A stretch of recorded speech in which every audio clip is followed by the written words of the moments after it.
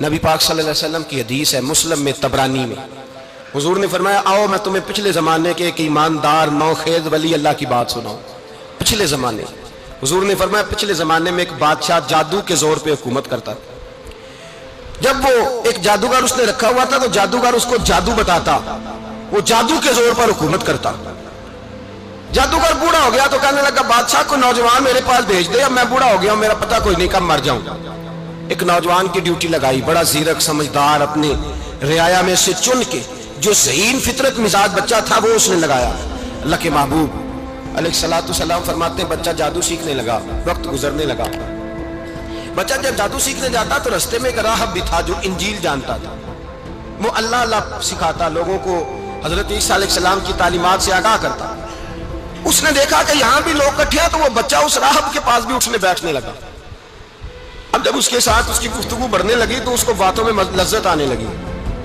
اس نے راہب نے پوچھا کہ تو کون ہے اور کس طرح سے آیا ہے، کیا تیرا معاملہ ہے؟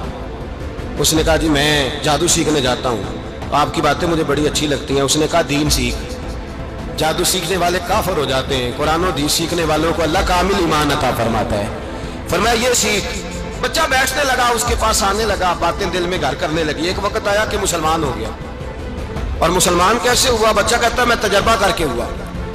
اب میں تھوڑا سا وقت جادوگر کے پاس بھی جاتا اور باقی سارا وقت وہاں بیٹھتا۔ میں ایک دن جا رہا تھا تو رستے میں اژدہا تھا، بہت بڑا سانپ تھا، رستہ روک کے کھڑا تھا۔ یہ حضور نے بیان کی حدیث۔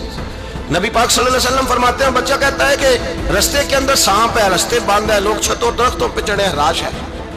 کہتے چھوٹا سا روڑا میں نے اٹھایا تو میں نے کہا اللہ اگر جادوگر سچا ہے تو اسے مار دے۔ چھوٹا سا روڑا میں نے پھینکا، اژدہا کوئی نہ مرا۔ پھر چھوٹا روڑا اٹھایا، میں نے کہا اللہ اگر وہ عالم سچا ہے تو اسے مار دے۔ اب جب میں نے روڑا مارا تو اژدہا مر گیا۔ میرے اندر سے گواہی آئی نہیں دین کی باتیں سچی ہیں، نہیں قرآن کی باتیں اسلام سمجھانے کے لیے عرض کر رہا ہوں، اگرچہ اس دور میں انجیل تھی، اللہ رسول کی باتیں اچھی ہیں۔ کہتے میں مسلمان ہو گیا، اب میں نے راہب کے پاس ہی رہنا شروع کر دیا، جادوگر کے پاس چھوڑ دیا اس بچے نے آنا۔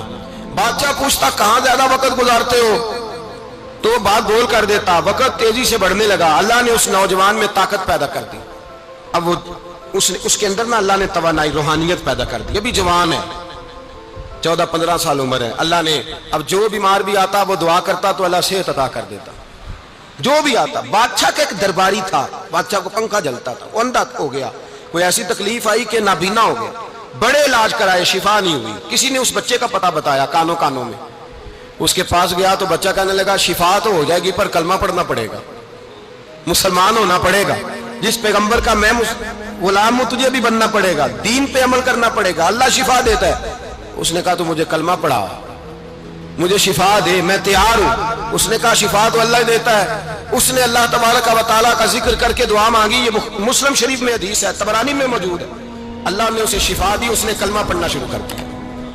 یہاں ایک نقطہ لکھا ہے ہمارے علماء نے، کہتے ہیں جب اللہ ولایت عطا کرتا ہے نا تو یہ سفید بالوں والے کا حصہ نہیں ہوتی۔ اگر جوانی میں کوئی آدمی توبہ کر کے تصوف کے رستے پہ چلتا ہے تو سب سے زیادہ ولایت اللہ اسے عطا فرماتا ہے، سب سے زیادہ ولایت اس کے پاس ہوتی ہے۔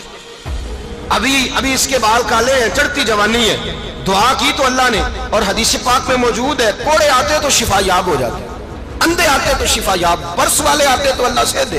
جوان ہے، بادشاہ کے پاس وہ واپس گیا، وہ جو آدمی جس کی آنکھیں ٹھیک ہوئی تھی۔ بادشاہ نے پوچھا کہ کیسے شفا ملی؟ تو کہنے لگا میرے رب نے شفا دی۔ بادشاہ سجدے کراتا تھا، اپنے آپ کو منواتا تھا معاذ اللہ، کہنے لگا میرے علاوہ کون رب ہے؟ اس نے کہا وہی رب ہے جس نے تجھے پیدا کیا، اور وہی رب ہے جس نے مجھے اندھے کو آنکھیں دی ہیں، وہی ہے میرا مالک۔ کہا اچھا تو مجھے نہیں مانتا؟ کہا نہیں میں اپنے رب کو مانتا ہوں۔ بادشاہ نے اسے صدا دی، ستایا، اس نے بچے کا پتہ بتایا، پھر بچے کو بلا کے ستایا تو اس راہب کا پتہ بتایا، راہب بھی قتل ہو گیا، نابینا بھی قتل ہو گیا۔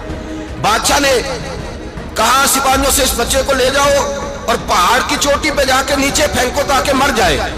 بچہ پہاڑ کی چوٹی پہ گیا تو ہاتھ اٹھا کے کہنے لگا یا اللہ میرے لیے نہیں اپنے لیے، میرے لیے نہیں اپنے لیے انہیں اپنی قدرت کے جلوے دکھا، میرے لیے نہیں۔ اللہ کے بندے اپنی جان بچانے کی دعائیں نہیں مانگتے، اپنے لیے انہیں اپنی قدرت کے جلوے دکھا۔ یہ دعا مانگی، جتنے لوگ ساتھ آئے تھے وہ سارے زمین پہ گرے اور سب مر گئے، پہاڑ سے گر کے مر گئے۔ بچہ واپس سیدھا بادشاہ کے پاس کہنے لگا لو بھائی میرے رب نے مجھے بچا لیا ہے،